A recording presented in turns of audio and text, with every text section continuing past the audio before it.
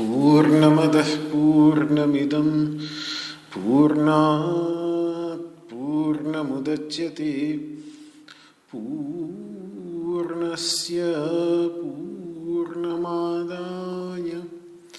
पूर्णमेवावशिष्यते।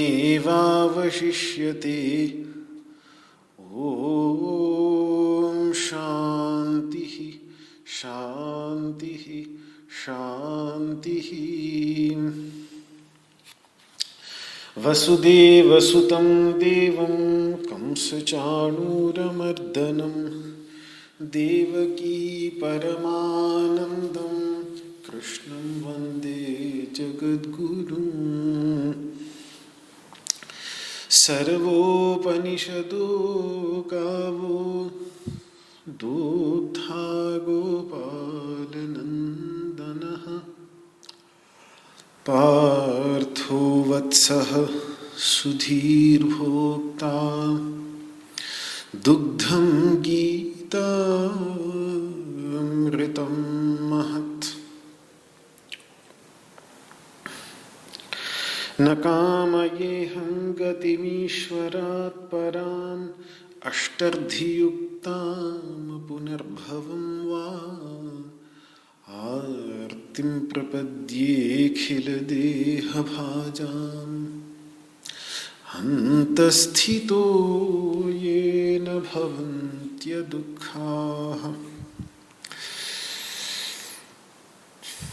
विश्वं दर्पणदृश्यमाननगरी तुल्यं निजान्तर्गतम्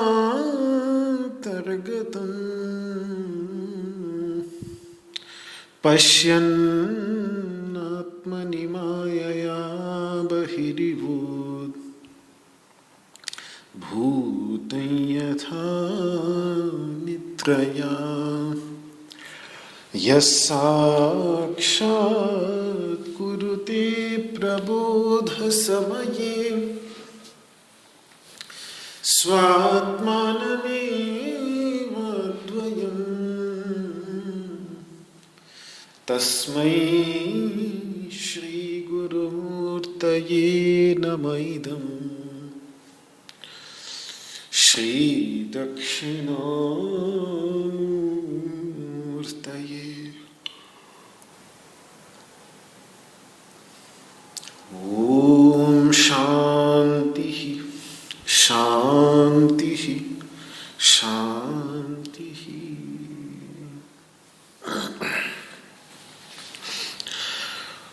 ओम नमो भगवते वासुदेवाय।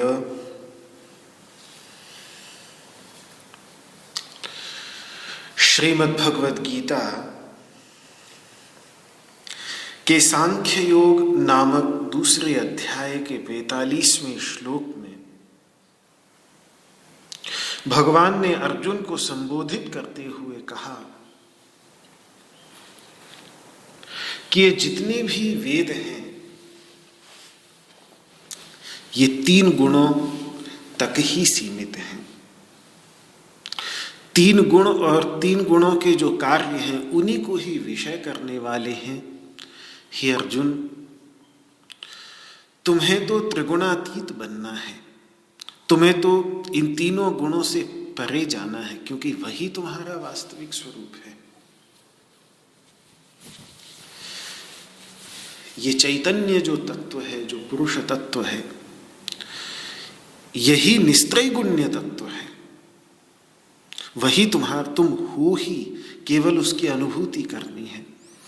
निस्त्रैगुण्यो भव अर्जुन, उसके लिए द्वंद्व से रहित, सदा ही सत्वगुण में स्थित रहने वाला, योगक्षेम की चिंता न करने वाला तथा आत्मवान। आत्मवान का अर्थ होता है कि अपने पर जिसका अधिकार हो, उसे आत्मवान कहते हैं। जो प्रमाद के वशीभूत न हो जाए, उसे आत्मवान कहते हैं।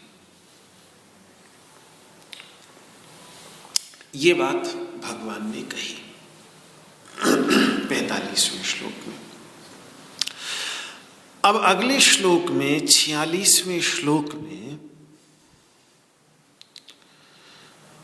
भगवान ये बताने जा रहे हैं कि जो विज्ञान से संपन्न, विज्ञान का अर्थ होता है अनुभूति युक्त ज्ञान, ऐसे विज्ञान से संपन्न जो ब्रह्मवेत्ता है, उसके लिए वेद कितने सार्थक रह जाते हैं, ये बात अगले श्लोक में।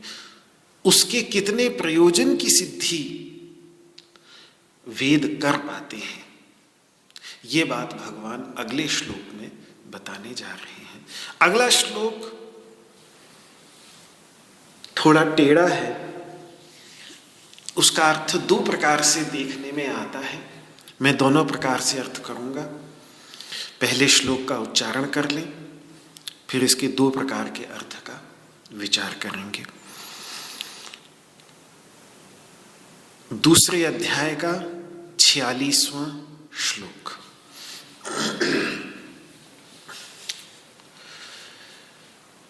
यावानर्थ उदपाने सर्वतः संप्लुतोदकी, तावान् सर्वेषु वेदेषु ब्राह्मणस्य विजानतः। यावानर्थ उदपाने सर्वतः संप्लुतोदकी, तावान् सर्वेषु वेदेषु ब्राह्मणस्य विजानतः। यावानर्थ उदपाने सर्वतः संप्लुतोदकी, तावान् सर्वेषु वेदेषु ब्राह्मणस्य विजानतः।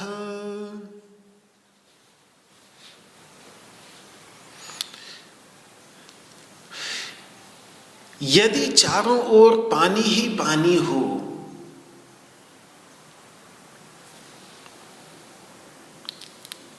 तो फिर जितने प्रयोजन की सिद्धि एक छोटे से पानी के स्रोत से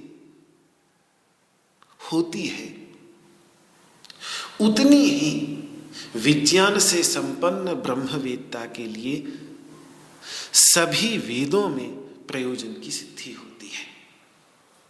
कहना क्या चाह रहे हैं भगवान?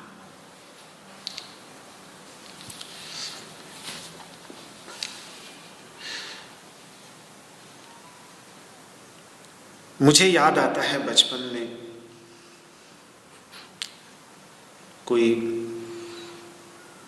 1995-96 की बात होगी कि अचानक ऋषिकेश में ये समाचार फैला कि कैलाश आश्रम के सामने गंगा जी के तट पर एक बहुत बड़ा, बहुत पुराना कुआं निकला है। सबको बड़ा आश्चर्य हुआ, मुझे भी बड़ा आश्चर्य हुआ कि जहां गंगा जी बह रही हैं, इतनी बड़ी गंगा प्रवाहित हैं, किस व्यक्ति के दिमाग में ये विचार आया होगा कि गंगा जी के लगभग बिल्कुल तट पर, बल्कि यूं कहिए कि बिल्कुल गंगा जी की धारा में किसने कुआं खोदा होगा। बहुत पुराना कुआं था, उसकी ईंटों से पता चलता था कि बहुत पुराना कुआं था। आज के जमाने में तो वैसी ईंटें भी नहीं उपलब्ध होती। तो देखते के साथ मन में प्रश्न उठा कि जब यहाँ पूरी की पूरी गंगा जी प्रवाहित हैं, गंगा जी बह रही हैं, तो उस गंगा जी के अंदर कौन कुआं खोदता है? यही प्रश्न सबसे पहले और जायज प्रश्न है। हालांकि उसका उत्तर यही है कि नदी की धारा 100 साल में बदलती रहती है, लगभग 100 वर्षों में बदल जाती है। तो हो सकता है वो कुआं बहुत हजारों वर्ष प्राचीन कुआं हो। उस समय गंगा जी की धारा कहीं और बह के निकलती हो, आज जहाँ बह रही है वहाँ से बिल्कुल भिन्न स्थान पर, और जहाँ आज बह रही है वहाँ पहले कोई प्राचीन काल में आश्रम रहा होगा, कोई किसी की कुटिया रही होगी, या छोटा मोटा कोई गांव रहा होगा जिसके बीचों बीच वो कुआं रहा होगा। सैकड़ों हजारों वर्षों तक वो कुआं बालू में, पत्थरों के बीच में दबा रहने के कारण दिखा नहीं, लेकिन जैसे जैसे गंगा जी का खनन हुआ, पूरा ऋषिकेश महानगर बसने लगा, गंगा जी की चट्टानें और बालू को निकाल निकाल कर लोग ले जाने लगे, तो वो जमीन का तल जब दोबारा से नीचे उतरा तो वो कुआं धीरे धीरे दिखने लग गया। बचपन में तो वो कुआं छोटा सा दिखा, आज तो इतना खनन हो गया है गंगा जी का कि वो कुआं बिल्कुल जैसे, अगर आपने पता नहीं मोहनजोदड़ो और हड़प्पा के कुएं बिल्कुल जमीन से ऊपर उठे हुए ऐसे एक खंबे की तरह निकले हुए दिखते हैं, वैसा कुछ वो कुआं निकल आया है आज के समय में। तो इतना जमीन नीचे चले जाने के कारण, और फिर ये बांध वगैरह बन गए, अब तो उस सब में दब गया है कि क्या स्थिति है, अब तो मुझे पता नहीं क्या स्थिति है। लेकिन ये उदाहरण देने के पीछे जो मेरे मन में बात थी, वो यही मैं कहना चाहता था कि बचपन में जब हमने सुना और जब हमने जाके उस कुएं को देखा, और ऐसे ही जब मैं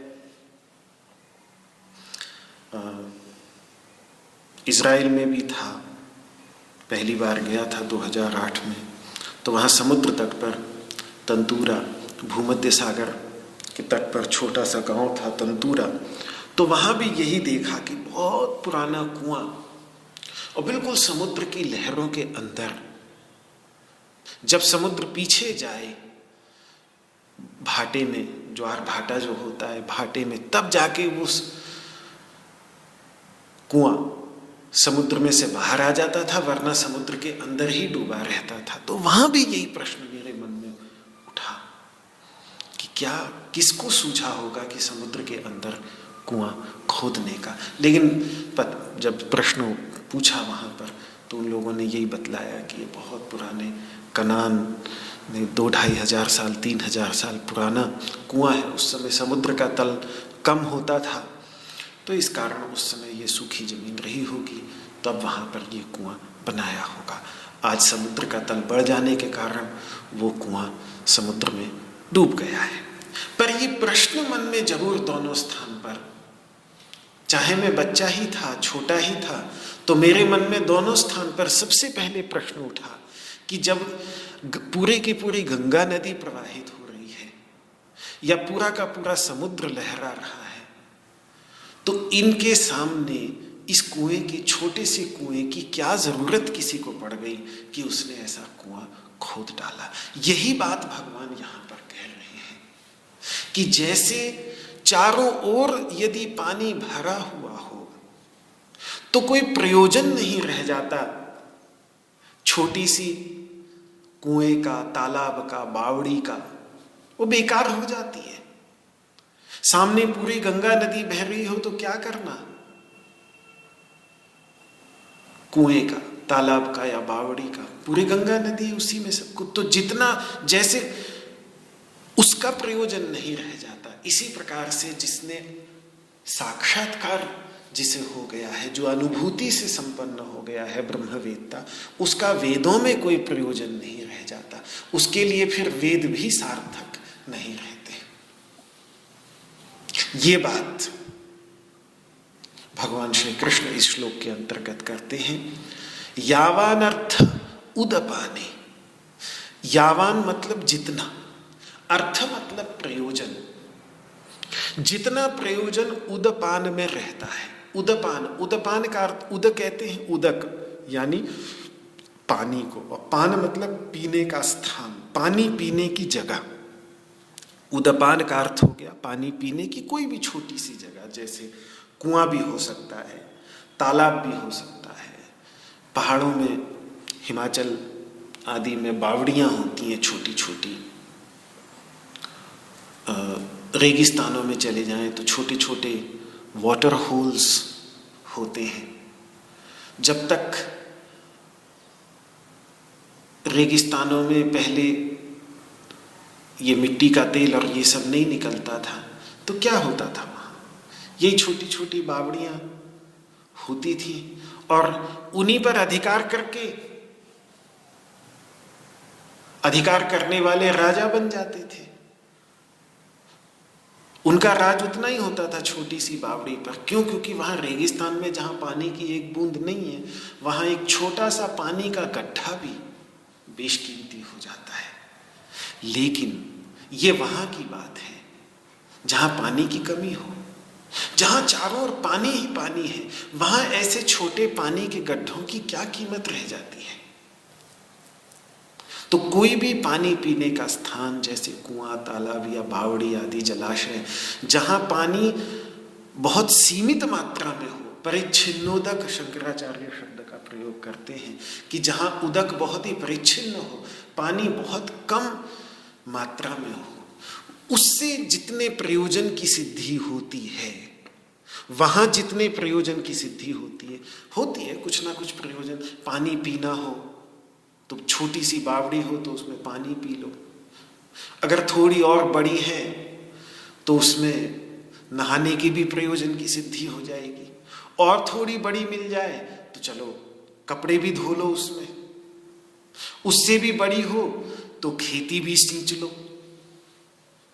तो इसीलिए फिर रेगिस्तानों में जहाँ अधिक पानी मिल जाता है वहाँ ओआसिस बन जाती है, वहाँ लोग खजूर की खेती कर लेते हैं, थोड़ी बहुत खेती भी कर लेते हैं। लेकिन प्रयोजन की सिद्धि सीमित ही होती है, थोड़ा थोड़ा काम निकल जाता है। पर यदि चारों ओर पानी ही पानी हो, सर्वतः संप्लुतोदके, सर्वतः मतलब चारों ओर, सभी ओर, संप्लुतोदके चारों ओर यदि पानी भरा हुआ हो, संप्लुत यानी भरा हुआ हो, संप्लुत का अर्थ होता है भरा हुआ। जैसे महाभारत में अन्यत्र भी प्रयोग आता है, हर्ष संप्लुत शब्द का प्रयोग आता है, हर्ष संप्लुत।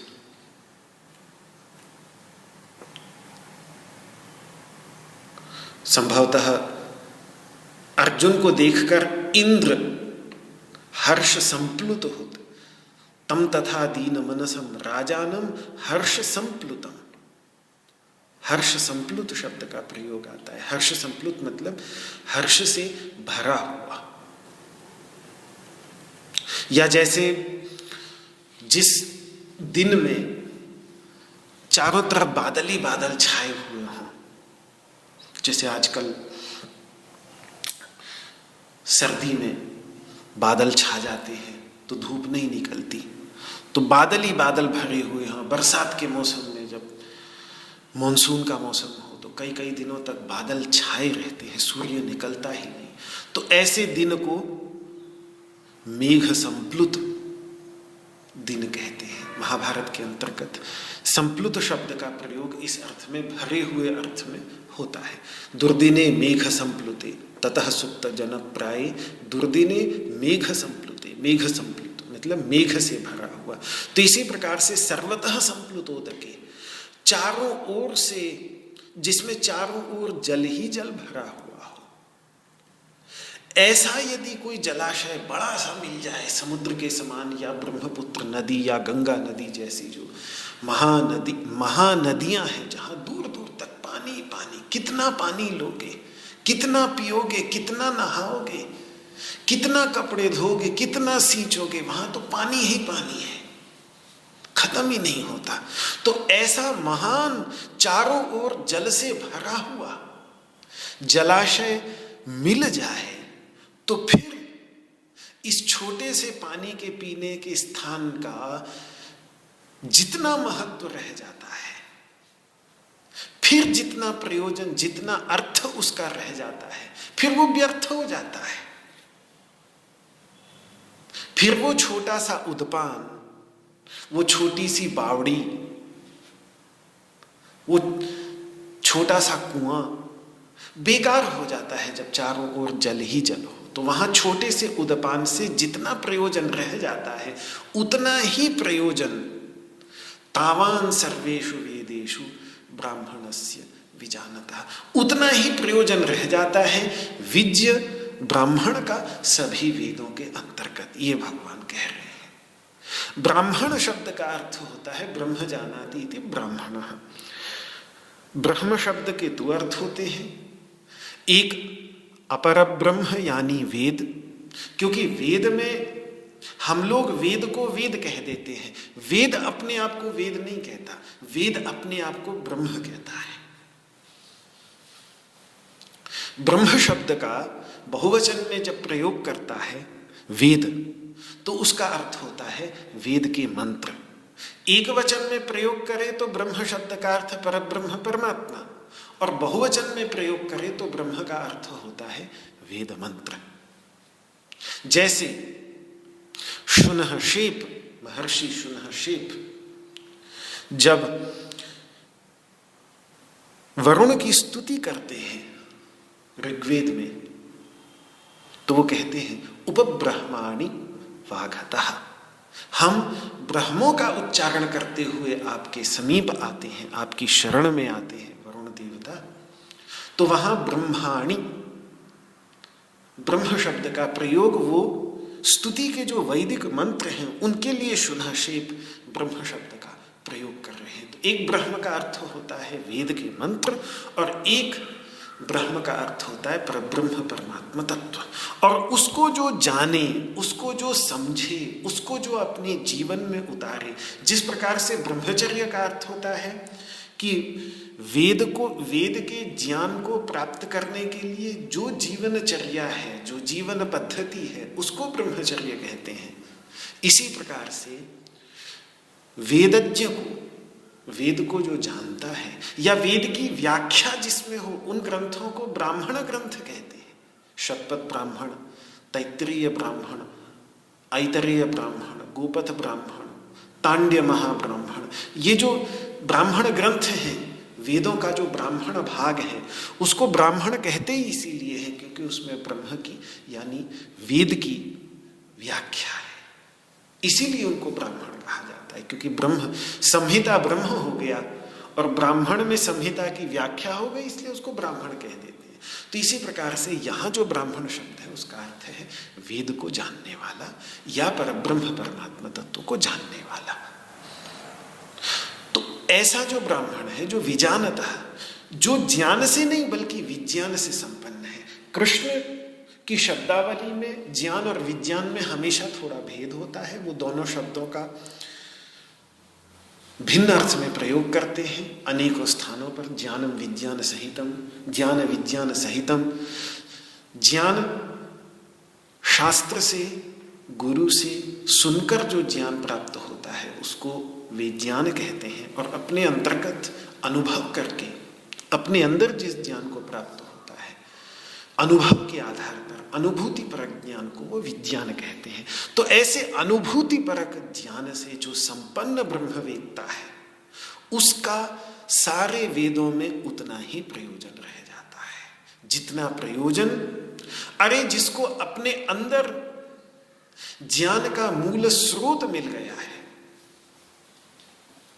जो निर्विचार समापत्ति तक, जिसने निर्विचार समापत्ति को अपने अंदर प्राप्त कर लिया है। निर्विचार समापत्ति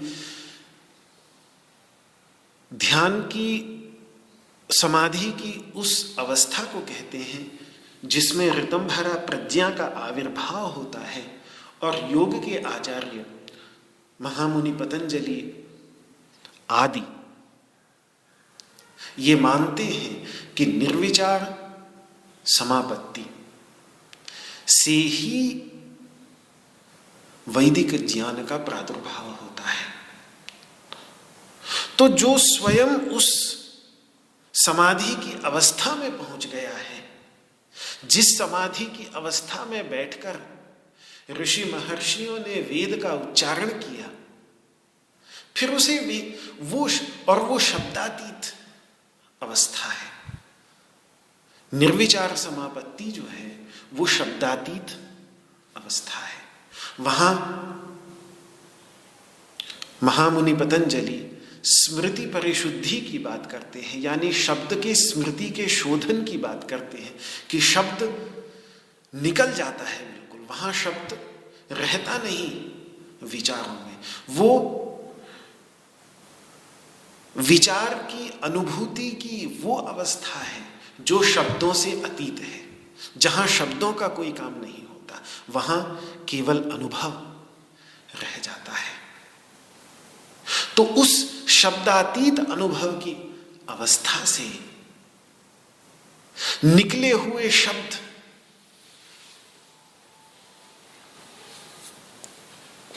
जितना हम अनुभव करते हैं उतना हम अपने मन से सोच नहीं पाते, और जितना हम सोचते हैं उतना कभी बोल नहीं पाते, और जितना बोलते हैं उतना कभी लिख नहीं पाते।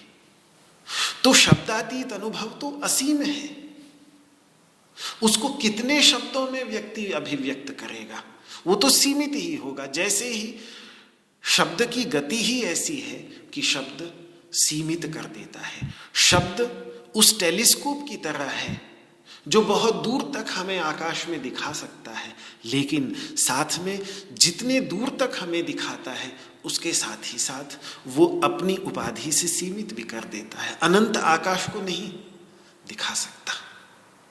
तो इसी प्रकार से शब्द जनित ज्ञान जो होगा वो शब्द की उपाधि से उपहित होने के कारण शब्द की सीमा से सीमित होगा।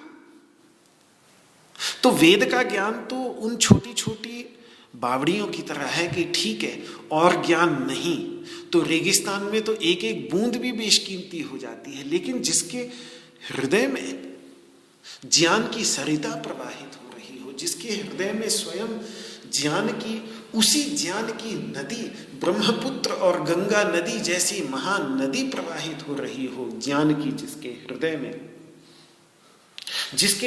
में ज्ञान, भक्ति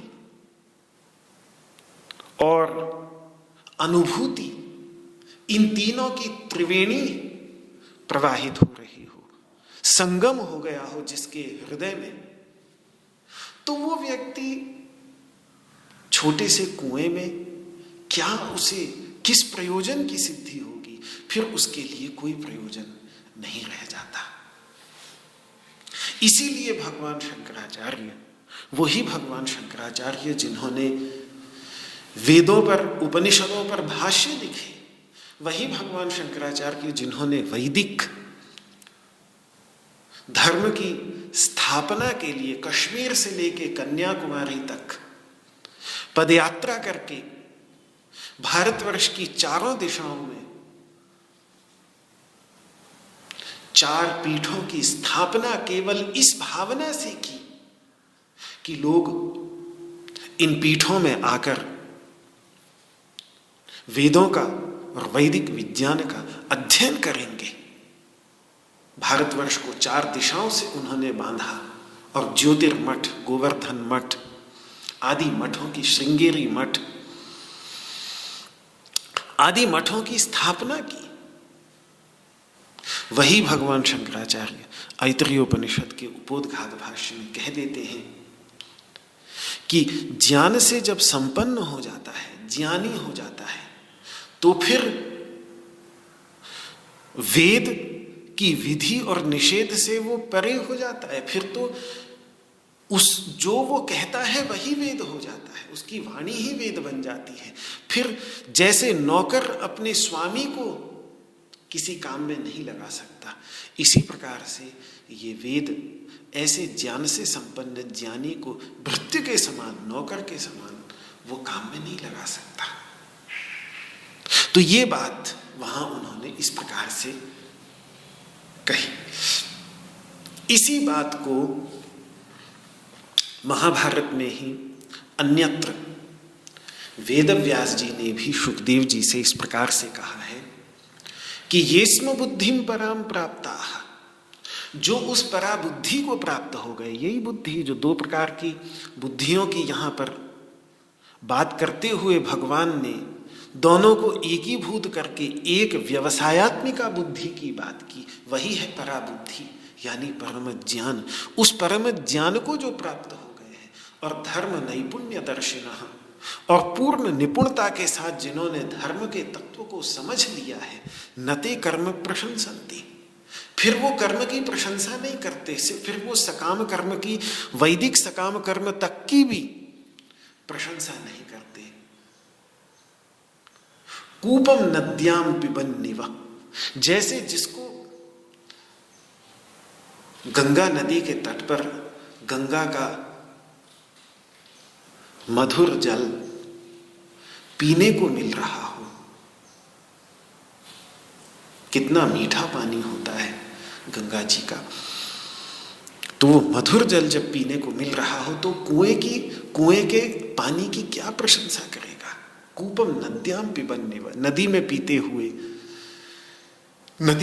हुआ व्यक्ति, नदी में पीकर अपनी प्यास मिटाने वाला व्यक्ति कूप के जल की, कुएं के जल की क्या प्रशंसा करेगा। तो इसी प्रकार से वे कर्म की प्रशंसा नहीं करते।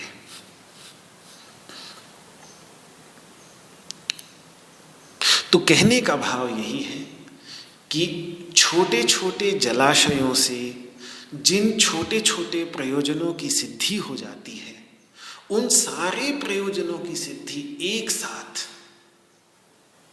महानदी जो चारों ओर से जिसमें पानी भरा हुआ हो, उसके अंदर वे सारे के सारे प्रयोजनों की सिद्धि हो जाती है। यही बात है। इसीलिए भगवान आगे 4थे अध्याय में द्रव्यमय यज्ञ से ज्ञान यज्ञ को श्रेष्ठ बताते हुए ये कहेंगे कि सारा का सारा कर्म और उसका फल ज्ञान के अंतर्गत ही आ जाता है। ये 4थे अध्याय में भगवान कहेंगे श्रेयान द्रव्यमयाद यज्ञात ज्ञान यज्ञ परम तप। हे परम तप, द्रव्यमय यज्ञ जो है, क्योंकि सकाम कर्म में जितना भी यज्ञ होगा वो द्रव्यमय यज्ञ होगा। द्रव्य ला करके घी, लकड़ी, सामग्री, पुष्प आदि द्रव्यों को, द्रव्यमय जो यज्ञ है उससे ज्ञान यज्ञ ही, सभी यज्ञ जितने यज्ञ 4थे अध्याय में गिनाए हैं उन सभी यज्ञों से ज्ञान यज्ञ को ही श्रेष्ठ बतलाया है। क्यों? क्योंकि सर्वम कर्माखिलम पार्थ ज्ञाने परिसमाप्यते, ज्ञान के अंतर्गत सारा का सारा कर्म आ जाता है। सारे के सारे वैदिक कर्म और उनका जो वास्तविक प्रयोजन है साधक के लिए, अंतःकरण की शुद्धि करा देना और अविद्या की निवृत्ति करा के ज्ञान की प्राप्ति करा देना, ये सारा का सारा ज्ञान में ही अंतर्भूत हो जाता है, ज्ञान के अंतर्गत ही आ जाता है। इसीलिए उपनिषद भी जब कहती है सत्यम ज्ञानम अनंतम ब्रह्म यो वेद निहितं गुहायाम परमे व्योमन सोष्णुते सर्वान कामान, जो पर ब्रह्म तत्व को अपने हृदय के अंतर्गत साक्षात्कार कर लेता है, अपने हृदय के अंतर्गत उसकी अनुभूति कर लेता है, सोष्णुते सर्वान कामान, वो सारे कामना के विषयों को एक साथ प्राप्त कर लेता है। मतलब जैसे तात्पर्य यह है कि क्योंकि उसके जीवन में एक तृप्ति आ जाती है, एक आनंद आ जाता है, एक आंतरिक समृद्धि आ जाती है, जिसके बाद फिर कुछ और पाने की आवश्यकता ही नहीं रहती। तो वो स्थिति उसकी वैसी होती है मानो किसी की सारी इच्छाएं एक साथ तृप्त हो गई हों। जो जो इच्छाएं थी वो सारी के सारी उन इच्छा के विषय मिल जाएं।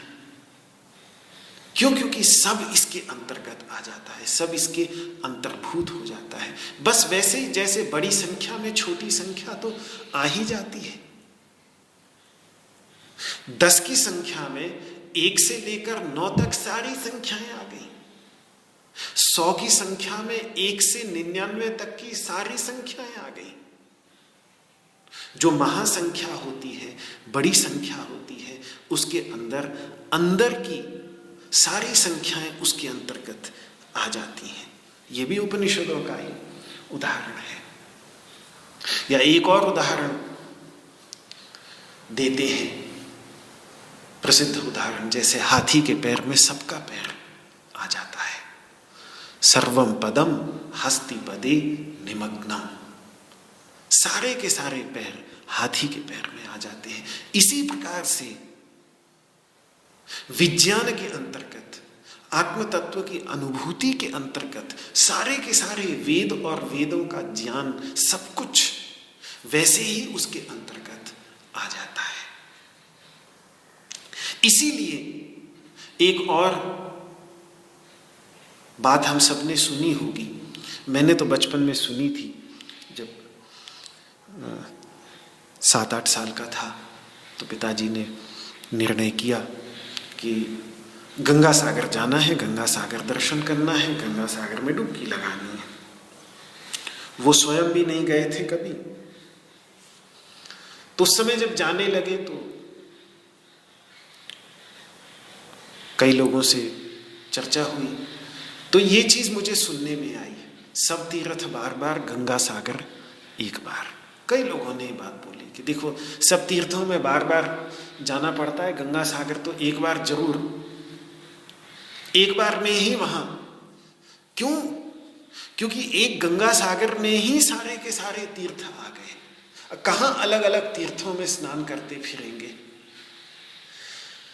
गंगा जी जहां जाके सागर में मिल रही है वहीं डुबकी लगा लीजिए। तो गोमुख से लेकर गंगा सागर तक बीच में जितने भी तीर्थ हैं, और इधर यमुना के तट पर यमुनोत्री से लेकर और प्रयागराज तक जितने भी तीर्थ हैं, मथुरा वृंदावन जो कुछ भी आ गया बीच में, वाराणसी आ गई, ऋषिकेश हरिद्वार आ गया, जितने भी तीर्थ हैं सारे तीर्थों का जल वहीं तो जा रहा है गंगा सागर में। तो एक गंगा सागर में डुबकी लगा लीजिए, तो अन्यत्र कहीं डुबकी लगाने की आवश्यकता ही नहीं। कहां अलग अलग तीर्थों में स्नान करते फिरेंगे? तो ये बात, वही बात यहां पर भगवान कह रहे हैं कि ये जो अनुभूति है, क्योंकि जितना भी वेदों में जितने भी कर्मकांड हैं, जितना भी उपासना है, जो कुछ भी वहां पर है, वो सब बह के तो यही जा रहा है ना, आत्मानुभूति की ओर। तो वो आत्मानुभूति जिसको प्राप्त हो गई, जिसने उस आत्मानुभूति में डुबकी लगा ली, वो तो सारा का सारा और जितना भी शुभ कर्म है वो सारा का सारा उसको प्राप्त हो जाता है। इसीलिए बड़ा सुंदर प्रसंग है वहाँ महर्षि रैक्व और जानश्रुति पौत्रायण का। जानश्रुति पौत्रायण महाराजा हैं, बड़े पुण्यात्मा हैं, बड़े पुण्यकर्मा हैं। उनके राज्य में किसी को किसी प्रकार की कमी नहीं। भूखों के लिए भोजन की व्यवस्था, प्यासों के लिए पानी की व्यवस्था, जिसको जो चाहिए उनके राज्य में, उनकी तरफ से किसी के लिए कोई समस्या नहीं। सबको सबकी सेवा, सबकी सुविधा, जिसको जो चीज की कमी उसका वो ख्याल रखते थे। और कहीं ना कहीं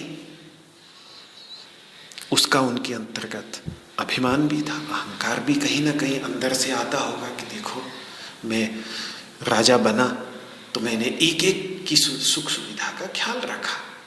तो कभी गर्मी के मौसम में अपने राजमहल की छत पर लेटे हुए थे तो ऊपर से दो हंस गुजरे उड़ते हुए। तो वो आपस में बात करते हैं। एक हंस दूसरे हंस को कहता है कि अरे भल्लाक्ष भल्लाक्ष, मत उड़ राजा के ऊपर से। इस राजा का बड़ा प्रभाव है, बड़ा प्रताप है। इसके राज्य में कभी कोई भूखा नहीं रहता। इसके ऊपर से उड़ेगा, इसका उल्लंघन करेगा तो कहीं इसके जो यश की अग्नि है वो तुझे जला न दे, इसलिए इसके ऊपर से मत उड़, किनारे से हो ले। तो दूसरा हंस कहता है अरे क्या बात कर रहा है, कहाँ ये। और वो रैक्व जो परम ज्ञानी, उसके सामने तो ये कुछ भी नहीं है। जैसे कृत यानी 4 की संख्या में बाकी तीनों संख्याएं 1 2 3 ये संख्याएं, तीनों संख्याएं उसके अंतर्गत आ जाती हैं। ऐसे वो ज्ञान जो रैक्व को हो गया है, उस ज्ञान के अंतर्गत ये और इसके साथ साथ ये सारी की सारी प्रजा जो भी शुभ कर्म करती है वो सब का फल उसके अंतर्गत आ जाता है। उस ज्ञान का, उस ज्ञान को उस रैक्व ने प्राप्त कर लिया है। तो ये तो कुछ भी नहीं। अब इस बात को सुनकर के उसको, उसके हृदय को थोड़ी चोट पहुंची। उसको लगा ये तो मेरे साथ सरासर मेरा अपमान है। तब उसने फिर खोज करवाई और उस रैक्व को ढूंढवाया। तब जाके उसको वो रैक्व एक बैलगाड़ी की छाया में बैठकर अपनी खुजली खुजलाता हुआ, अपने दाद वगैरह कुछ हो गया होगा, उसको खुजला रहा होगा, तो खुजलाता हुआ उसको मिला। और तब जाकर वहां पर जाके उसने उस ज्ञान को प्राप्त किया, जिस ज्ञान के अंतर्गत सब कुछ समाहित हो जाता है। वही बात, सब तीर्थ बार बार, गंगा सागर एक बार।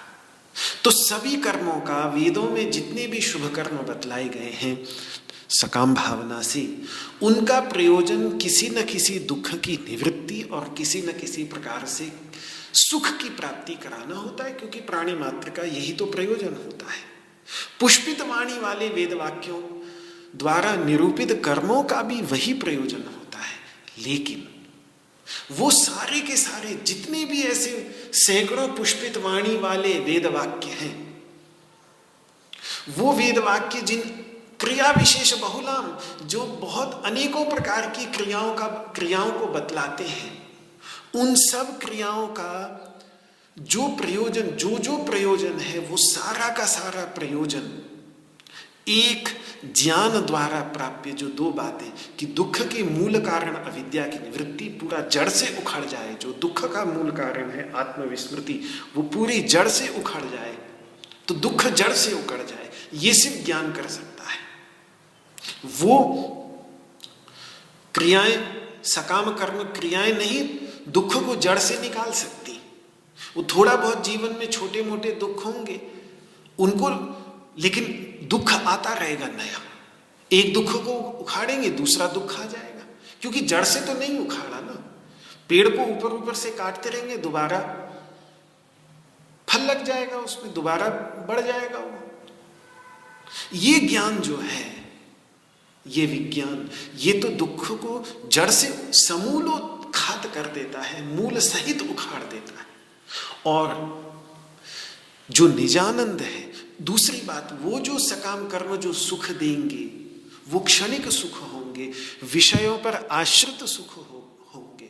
जब तक वो विषय स्वर्ग भी हो, चाहे स्वर्ग भी दे, तो तभी तक, जब तक स्वर्ग है तब तक रहेगा। जहां स्वर्ग छूटा, ययाति आदि गिरे तो दुखी हुए।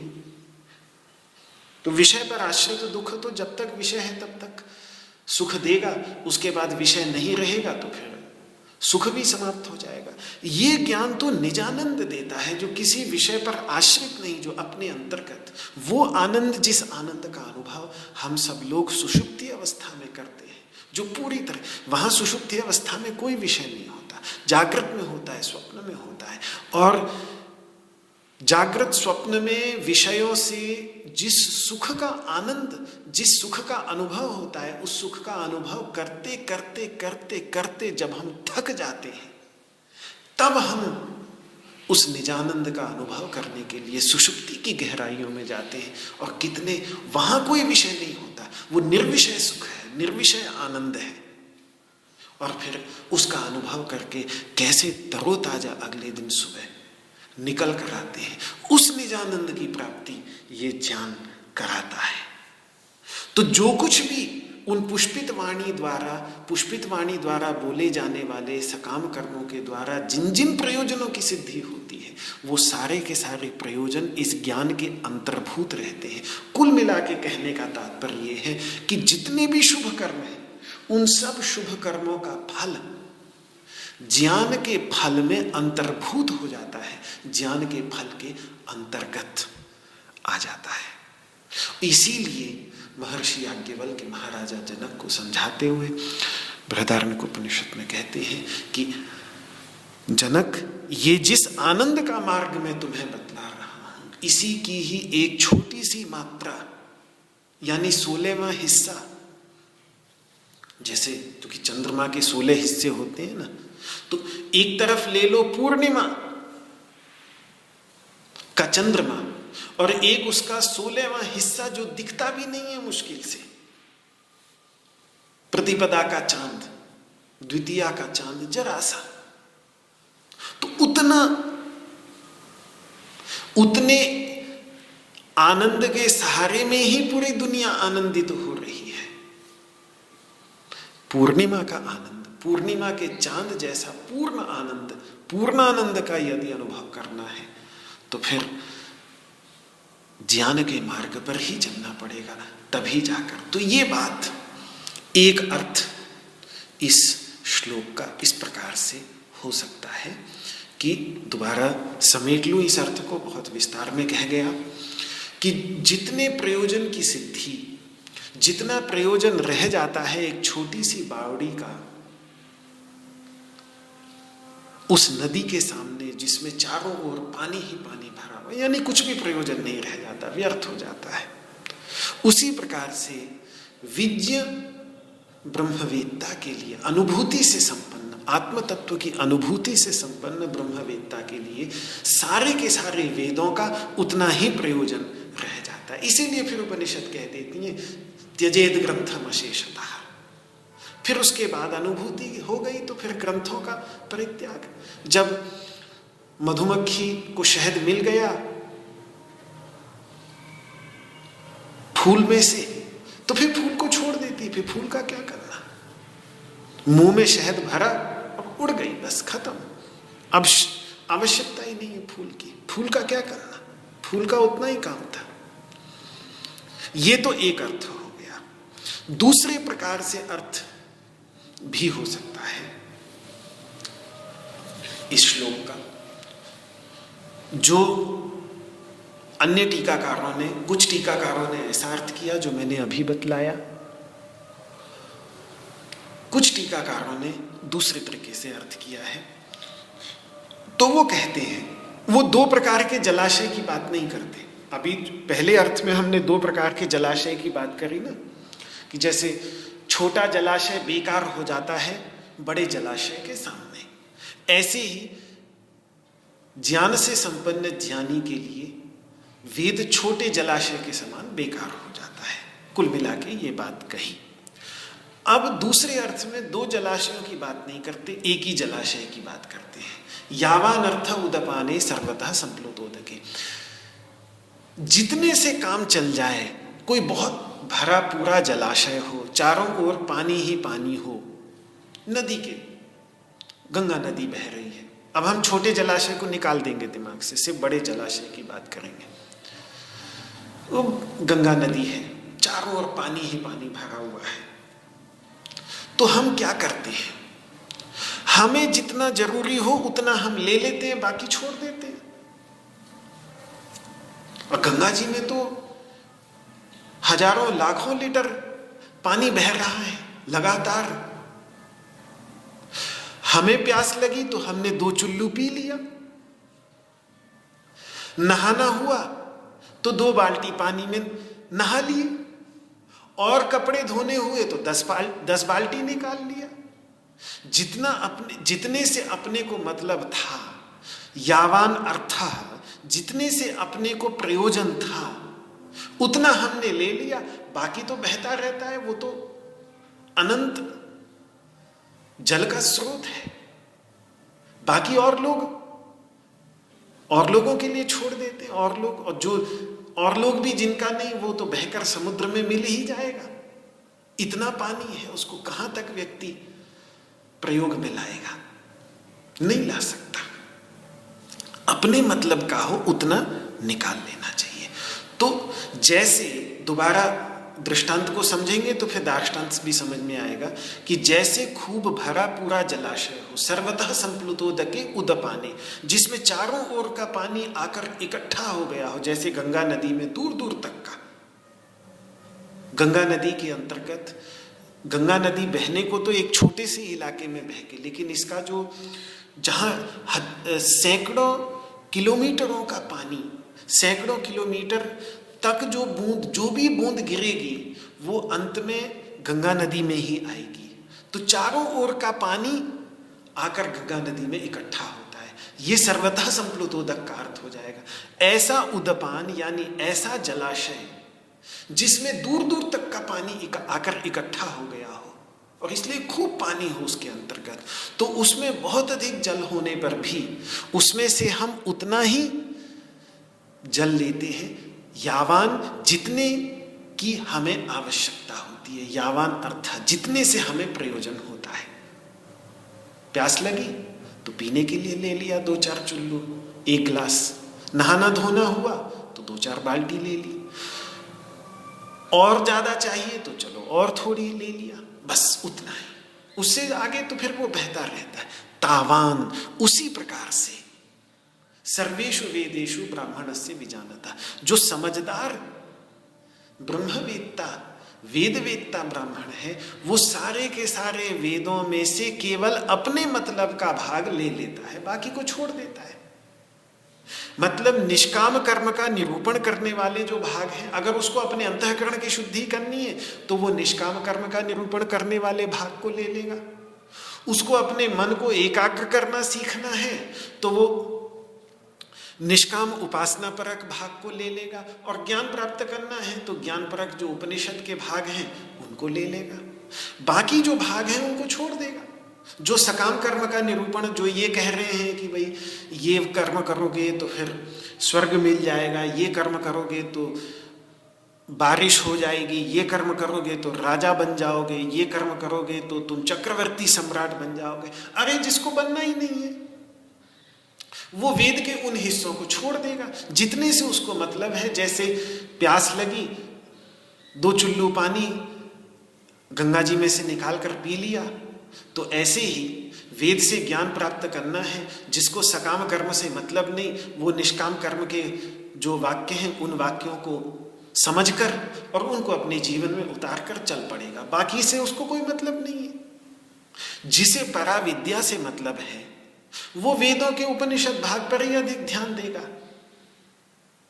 कर्मकांड के मंत्रों पर ध्यान नहीं देगा, और उन मंत्रों के भी आध्यात्मिक अर्थ पर ध्यान देगा। अधियज्ञ अर्थ पे ध्यान नहीं देगा, यज्ञपरक अर्थ पे ध्यान नहीं देगा, क्योंकि उसको करना ही नहीं, सकाम कर्म करना ही नहीं है। बाकी सकाम कर्मियों के लिए जो पुष्पित वाणी वाला जो भाग है वो उन्हें उनके लिए छोड़ देगा जिनके अंतर्गत काम वासना अभी भी है। वेद तो महानदी के समान है, समुद्र के समान है, उसमें सब कुछ सबके काम का नहीं है। जितना जिसके मतलब का है उतना ले ले। जो कामना से युक्त है वो सकाम करने वाले मंत्रों को देखकर अपनी कामनाएं तृप्त कर ले। जो कामनाओं से परे उठ गया है वो निष्काम करने वाले भाग को देखकर ज्ञान प्राप्त कर ले। और वास्तव में बात ही यही है कि वेद में सब कुछ सबके लिए हो ही नहीं सकता, क्योंकि वो तो अनंत समुद्र है, ज्ञान का अनंत समुद्र है। प्रत्येक प्रकार के व्यक्ति को, जैसे मैं कल बतला रहा था कि जो तमोगुण प्रधान व्यक्ति है उसको सकाम कर्म बताकर रजोगुण की ओर धकेलने वाला भी वेद है। जो रजोगुण प्रधान व्यक्ति है उसको ध्यान का, उपासना का मार्ग बतलाकर सत्वगुण की ओर धकेलने वाला भी वेद है। और जो सत्वगुण के धरातल पर उतर गया है उसको गुणातीत अवस्था की ओर धकेलने वाला, मार्ग दिखाने वाला भी वेद है। वेद में तो सब कुछ है। अब ये सब कुछ सबके लिए नहीं, हमें ये देखना है कि हमारी स्थिति क्या है। हम तमोगुण प्रधान हैं, हम रजोगुण प्रधान हैं कि हम सत्वगुण प्रधान हैं। किस अधिकारी की श्रेणी में हम जाते हैं उसके अनुसार उतने मतलब के वेद को समझ ले और बाकी को छोड़ दें। तो वेद से हमें वह ले लेना चाहिए जिसमें हमारा अधिकार हो और बाकी को अन्यों के लिए छोड़ देना चाहिए। भगवान ज्ञानेश्वर इस बात को बहुत सुंदर उदाहरण से समझाते हैं। उन्होंने यही अर्थ लिया है इस श्लोक का,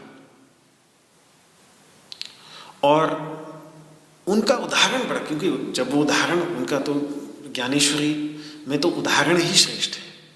तो जो उदाहरण उन्होंने दिया कि देखो जैसा प्रगट लिया गभस्ती, मतलब जैसे सूर्य का जब उदय होता है तो अशेष ही मार्ग दिसती, सारे के सारे पथ, सारे के सारे रास्ते दिखने पड़ते हैं। जब सूर्य का उदय होता है तो रास्ते सारे दिखने लगते हैं, लेकिन हम क्या सारे रास्तों पे चल पड़ते हैं? नहीं, हम कहाँ खड़े हैं और हमें कहाँ पहुंचना है ये सोचकर हम उस रास्ते को पकड़ते हैं जिस रास्ते से हमें मतलब होता है। सूर्य तो सारे रास्ते दिखा रहा है। सूर्य तो इस पृथ्वी पर जितने रास्ते बने हुए हैं सारे रास्तों को प्रकाशित कर रहा है, क्योंकि वो सूर्य है, उसकी तो अनंत योग्यता है, वो सारे रास्ते दिखा सकता है। पर हम तो सारे रास्ते पे नहीं चल सकते, हमें तो अपना रास्ता पकड़ना होगा, अपना रास्ता चुनना होगा और उस पर चलना होगा कि हमारा मार्ग क्या है। तो इसी प्रकार से वेद तो सहस्रों सूर्यों के प्रकाश के स्रोत के समान है, उसमें तो सारे रास्ते दिखा दिए हैं। अब हमें यह देखना है कि हमारा गंतव्य क्या है, हम क्या प्राप्त करना चाहते हैं, हम कहां पहुंचना चाहते हैं, कहां तो हम खड़े हैं। हम तमोगुण प्रधान हैं, हम रजोगुण प्रधान हैं और हम सत्वगुण प्रधान हैं। ये तो हम कहां खड़े हैं इसका उत्तर, और जाना कहां है। यदि तमोगुण प्रधान है तो अभी सबसे पहले हमें यह जाना है कि हमें अपने अंतर्गत तमोगुण आलस्य को कम करना है। उसके लिए क्रिया प्रधान होना पड़ेगा, कर्म में लगना पड़ेगा, सकाम भावना से ही सही कर्म में लगना पड़ेगा। गंतव्य क्या है वो देखना है। और एक बार अपनी लोकेशन पता चल जाए, अपना स्थान पता चल जाए कि हम कहाँ पे खड़े हैं और गंतव्य क्या है, तो फिर अपना रास्ता समझ में आ जाएगा। सूर्य तो सारे रास्ते दिखा रहा है, पर सारे रास्ते पे चलना ही नहीं है। क्या करना, चल के अपने मतलब का रास्ता पकड़ लो और उस पर चल पड़ो। यही बात भगवान श्री कृष्ण इस श्लोक के माध्यम से, कि नदी तो बहुत बड़ी होती है, उससे तो बहुत कुछ किया जा सकता है, अपना क्या करना है उतना लियो और चलते बनो। तो इसी प्रकार से वेदों के अंतर्गत तो बहुत कुछ है, हमें क्या चाहिए उतना हम उससे लेकर के अपने मतलब का और अपने साधना के पथ पर हमें आगे चलना है। ये बात तो दो तरीके से इस श्लोक का अर्थ मैंने बहुत इस श्लोक को दोनों तरीके के अर्थ सही हैं, दोनों तरीके से ही इस अर्थ में ये श्लोक सनत सुजातीय में भी, सनत सुजातीय महाभारत का ही एक दूसरा हिस्सा है। मेरे मन में जब ये प्रश्न उठा कि देखूं कि कौन सा अर्थ महाभारत की दृष्टि से अधिक उपयुक्त बैठता है, तो महाभारत में दोनों ही अर्थों के साथ इस श्लोक के समानांतर श्लोक जो हैं वो मिल जाते हैं। पिछले अर्थ में मैंने आपको वो बतलाया, व्यास जी का शुकदेव को वचन कि कूपम नद्याम पिबन्निव, जैसे नदी का जल पीता हुआ व्यक्ति छोटे मोटे कुएं के जल की प्रशंसा नहीं करता, वो व्यास जी का शुकदेव को वचन है शांति पर्व में। इस अर्थ में ये श्लोक का ये अर्थ, इस अर्थ में इस श्लोक से मिलता जुलता श्लोक महर्षि सनत सुजात जी ने महाराजा धृतराष्ट्र को उपदेश देते समय, यथोदपाने महति सर्वतः संप्लुतोदके एवं सर्वेषु वेदेषु ब्राह्मणस्य विशेषतः, थोड़ा सा शब्दों का भेद है लेकिन बहुत स्पष्ट है वहाँ। यहाँ श्लोक इतना स्पष्ट गीता में नहीं है, वहाँ उदपाने महति, महति जब लगा दिया उन्होंने तो बिल्कुल स्पष्ट कर दिया कि यही अर्थ उनके मन में है। कृष्ण के दोनों अर्थ हो सकते हैं, कृष्ण ने शब्द का चयन ऐसा किया है कि दोनों अर्थ हो सकते हैं, लेकिन वेद व्यास जी ने जो बात कही है वो भी अर्थ हो सकता है और महर्षि सनत सुजात ने जो बात कही है वो भी अर्थ हो सकता है, पर दोनों अर्थों को अभिव्यक्त करने वाले समानांतर श्लोक मुझे महाभारत के अंतर्गत मिले हैं, इसलिए दोनों ही अर्थ ठीक हैं, दोनों ही अर्थ पूरी तरह से महाभारत के प्रमाण से प्रामाणिक होते हैं। अभी और इस श्लोक के समानांतर श्लोकों की खोज जारी है। अभी 7वें पर्व तक ही पहुंचा हूँ मैं, 18 पर्व अभी और पर्व बचे हैं, उनमें भी देखना बाकी है, लेकिन इन 7 पर्वों के अंतर्गत ही ये श्लोक दो, इतनी खोज में ही ऐसे श्लोक मिल गए जो इस श्लोक के समानांतर, दोनों ही अर्थों में समानांतर श्लोक मिल जाते हैं, तो इसलिए दोनों ही अर्थ ठीक हैं। भगवान शंकराचार्य ने पहला अर्थ लिया है, जबकि भगवान रामानुजाचार्य, वल्लभाचार्य, निम्बार्काचार्य, संत ज्ञानेश्वर, इन्होंने दूसरा वाला अर्थ लिया है। तो बड़े बड़े आचार्यों ने, अलग अलग आचार्यों ने अलग अलग प्रकार से अर्थ लिए हैं, दोनों ही अर्थ बिल्कुल ठीक है, सही है, उपयुक्त है। अब आगे, अब भगवान ने जब कह दिया कि भाई तुम वेद से वो लो जो तुम्हें चाहिए, तो अब अर्जुन तुम्हारा अधिकार किस में है? तुम्हारा अधिकार है कर्म में, फल में नहीं है, कर्म में है। ये बात अब मतलब तुम्हें वेद से निष्काम कर्म परक जो भाग हैं उनसे तुम्हें मतलब होना चाहिए, बाकी से तुम मतलब मत रखो। तुम जिस साधना के पथिक हो, जिस साधना के मार्ग पर चल रहे हो, उसमें वेद में निष्काम कर्म जिस प्रकार से निरूपित है, उस निष्काम कर्म को यानी कर्म योग को, यानी समत्व की भावना से युक्त होकर कर्म कैसे किया जा सकता है, वो तुम्हें वेद से समझना है। वो तुम्हारा एक गिलास पानी है जो तुम्हें उस वेद से निकालना है, बस। ये बात अब अगले श्लोक के अंतर्गत, इसीलिए भगवान कहेंगे कि तुम्हारा अधिकार जो है वो इसी में, तुम अधिकारी इसके हो। तुम्हारा एक गिलास पानी जो तुम्हें निकालना है वो ये है कि निष्काम भावना से, फल की इच्छा से रहित होकर कर्म करना, इसमें तुम्हारा अधिकार है। ये विचार कल देखेंगे। आज इस वाक पुष्पांजलि को भगवान श्री कृष्ण के चरणों में समर्पित करता हूँ।